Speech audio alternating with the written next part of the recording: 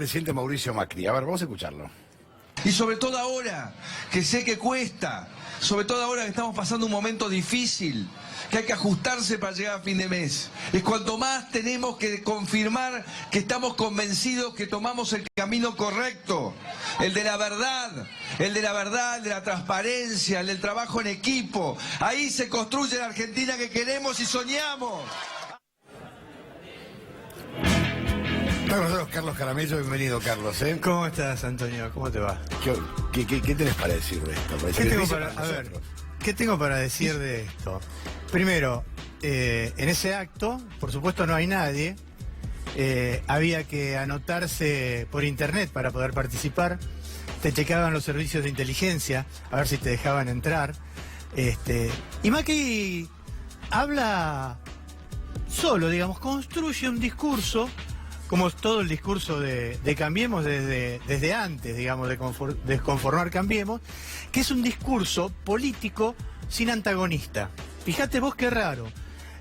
Toda la teoría del discurso político dice que vos tenés que tener un prodestinatario, que es tu compañero, tu amigo, un paradestinatario, que es aquel que tenés que convencer, y un contradestinatario, que es el que confirma tu discurso. Claro, porque el que te devuelve, claro, el que produce el feedback, el que te contesta y el que ordena si ganás o perdés el discurso. El que piensa diferente. Claro, exactamente. Bueno, todo el discurso del PRO no tiene contradestinatario. Solo le hablan a los propios y a los que creen que tienen que convencer, que son cada vez menos, ¿no? Ayer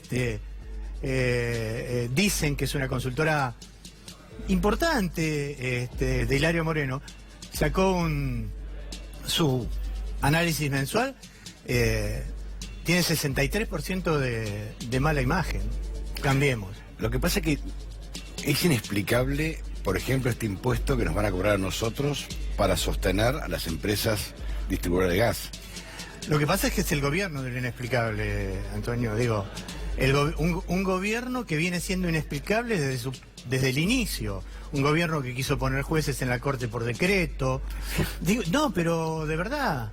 No, digo, es insólito. Es insólito. Y entonces siguen en la línea de lo insólito, porque como no se ve una reacción social, como no se produce una reacción social lo suficientemente importante, o por lo menos no se refleja la reacción social, como para que ellos tengan que cambiar ningún rumbo, mantienen, no solamente te confirman esto, ¿no? Esto que está diciendo. El rumbo es este. Digo, el rumbo es este. No hay segundo plan, no hay plan B. Lo dicen en el aviso, no sé si lo viste ese, de la ruta, del único camino. Hay un único camino. No hay ningún otro problema. Hay un único camino. Pero en el medio de ese camino, al costado quedan un montón, millones y millones. Es que al costado es la nada. Es un camino, yo te diría que es un camino de cornisa de los dos lados.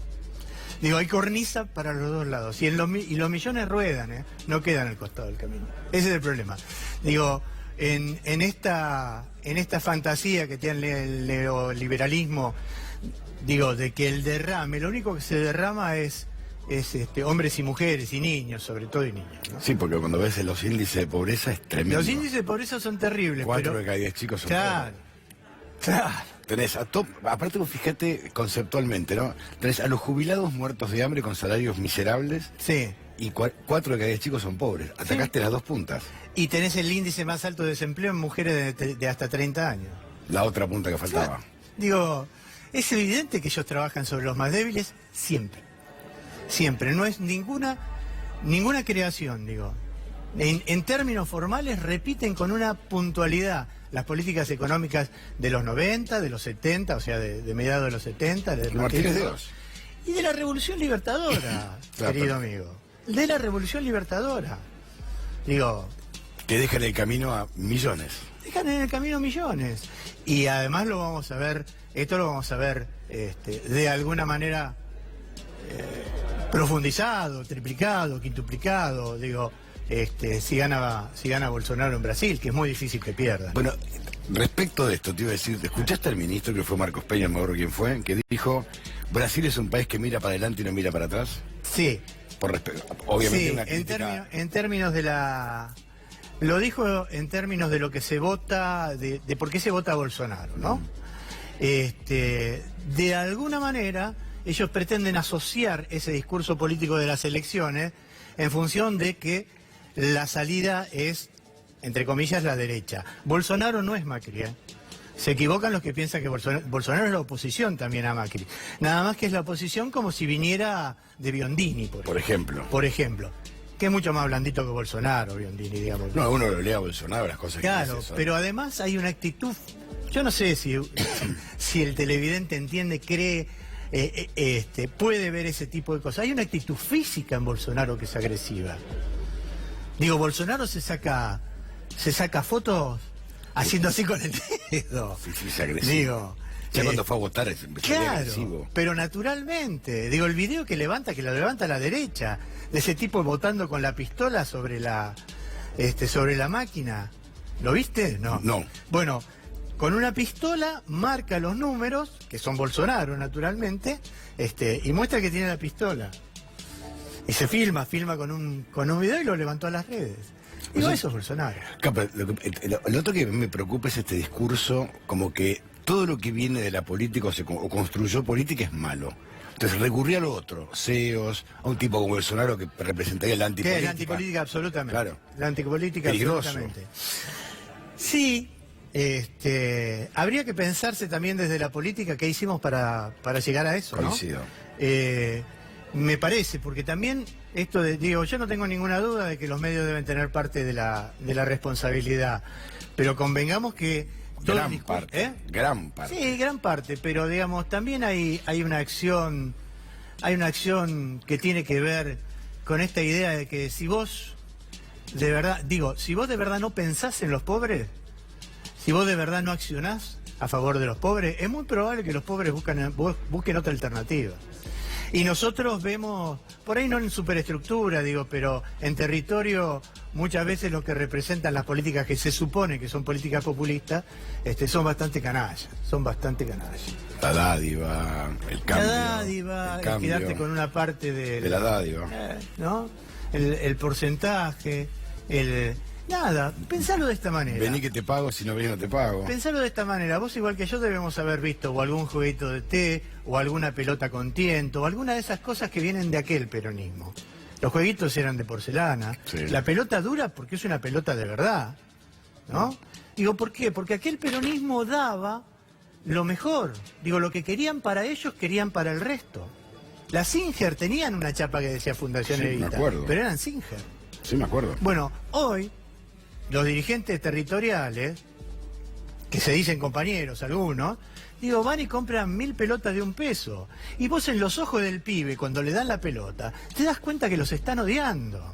Porque esa pelota de $1, que es de plástico, que no pesa nada, que cuando la pateas se rompe, es lo que los pibes se dan cuenta que eso es lo que siente el dirigente por ellos. Es un insulto. No, es un insulto. Es un insulto. Desprecio. Absolutamente no das nada para eso. El peronismo no es eso, el peronismo es dar lo mejor. De verdad es dar lo mejor. Y la política también, más allá del peronismo, yo creo que la política también es dar lo mejor, ¿no? Porque, digamos, por eso me da mucha bronca cuando hablan de la función pública y defienden a las empresas. Porque la función pública es otra cosa. Es un orgullo ser funcionario público. Sin duda, bueno, pero ha habido también una carrera de descrédito sobre la función Totalmente. pública, ¿no? Y ahí tienen gran parte los medios culpa. Por supuesto, pero también la necesidad del neoliberalismo de vender las empresas del Estado. Por ejemplo. Había que... Yo me acuerdo en los 90, cuando deciden vender Aerolíneas Argentinas, se hace una encuesta y entonces te presentan un porcentaje de la encuesta. El 79% de la gente decía que estaba mejor Aerolíneas vendida que cuando estaba en manos del Estado. Ahora, cuando vos leías los números finos, te dabas cuenta que el 90% de ese 79% no había viajado nunca en avión. Por ejemplo. Y entonces, eso sí es la culpa de los medios. Una lectura liviana, una lectura ligera, una lectura conspirativa de alguna manera, porque conspiran con eso. ¿Te acordás de Neustadt? Neustadt. Claro, la relación y es Grondona esa. En su momento, que defendían la privatización. Bueno, Neustadt no solamente defendió la privatización. Neustadt, todo el mundo lo sabe, lo que voy a decir no es nuevo. Neustadt fue funcional a la venta de Puerto Madero y a la construcción de todo eso, y se quedó con un piso. Eso, le pagaron de esa manera, la prensa de Puerto Madero. Sí. No es ninguna novedad. Vos te acordás, Neustadt, el programa de Neustadt lo cerraba Carlos Mena. Siempre. La comunicación en ese momento había pasado del emisor, que era entre comillas, los políticos, en vez de la comunicación, el canal de la comunicación llegaba nada más que hasta los medios, los consultores, los policías, nada. Digo, el pueblo quedaba absolutamente afuera. Ese es el motivo del que se vayan todos. Y yo creo que estamos muy cerca. Y otra frase, no va a ser que se vayan todos. Pero la idea viene por ahí, ¿eh? Y lo veo acá, y ¿sabes dónde lo veo? Sobre todo en la provincia de Buenos Aires. Bueno, vos vivís en provincia. Ahora, yo te digo, para mí un quiebre va a ser el presupuesto. Si se aprueba este presupuesto va a generar un problema de fondo muy serio y muy grave, y que espero que la política se dé cuenta. El presupuesto lo peor que hace es consolidar la deuda. Primero.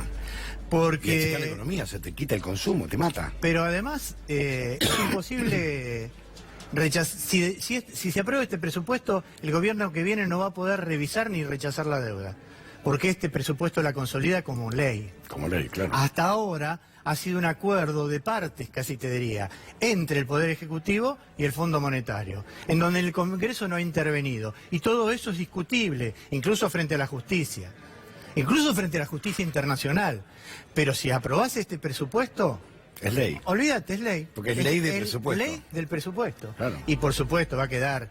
Ahí es donde vamos a ver que la banquina está vacía, porque todos se van a ir cayendo.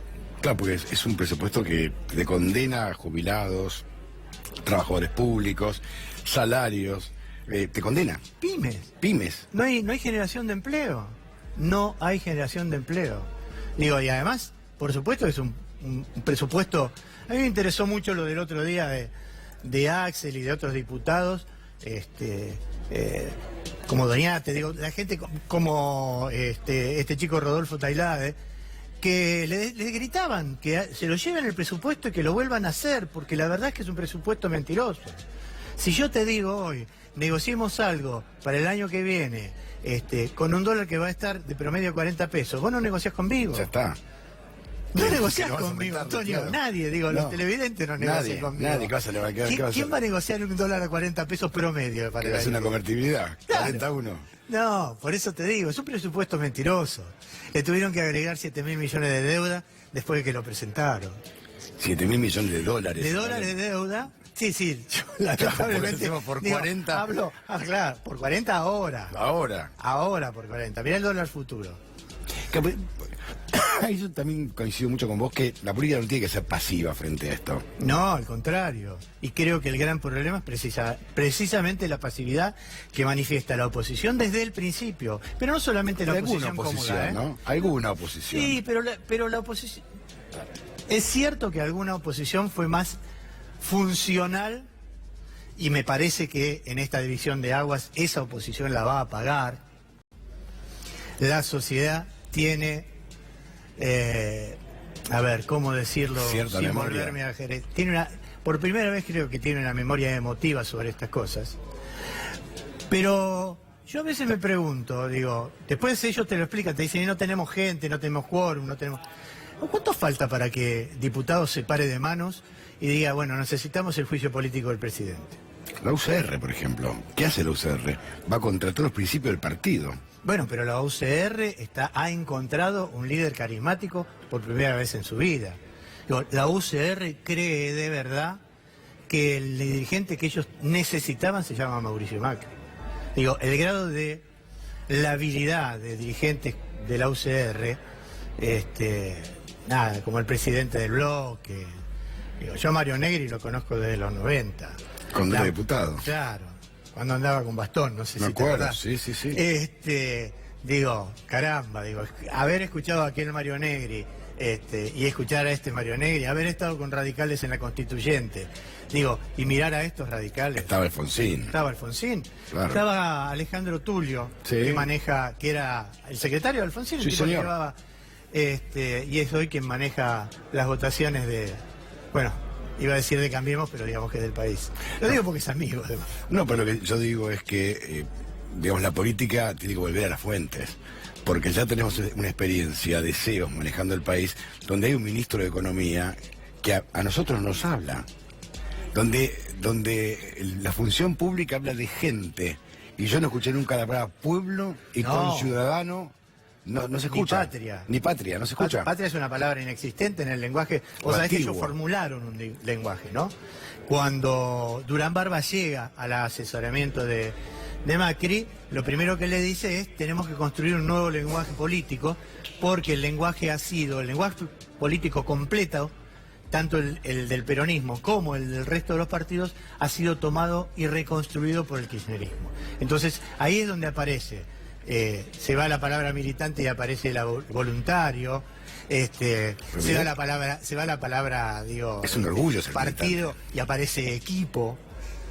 Es un orgullo ser militante. Pero para vos y Partido para es mí pertenecer. a ver, para vos y para mí es un orgullo ser y que te identifiquen como militante. Para ellos no. Ellos tuvieron 60.000 voluntarios en la campaña, distribuidos en todo el país. Pagos. Pero pagos con contrato, digo, laburaban de voluntarios, eran voluntarios. Digo, ¿no? Con toda comodidad. El voluntariado pasó a ser un laburo. Es un laburo. Porque el voluntario es voluntario. Pero bueno, no.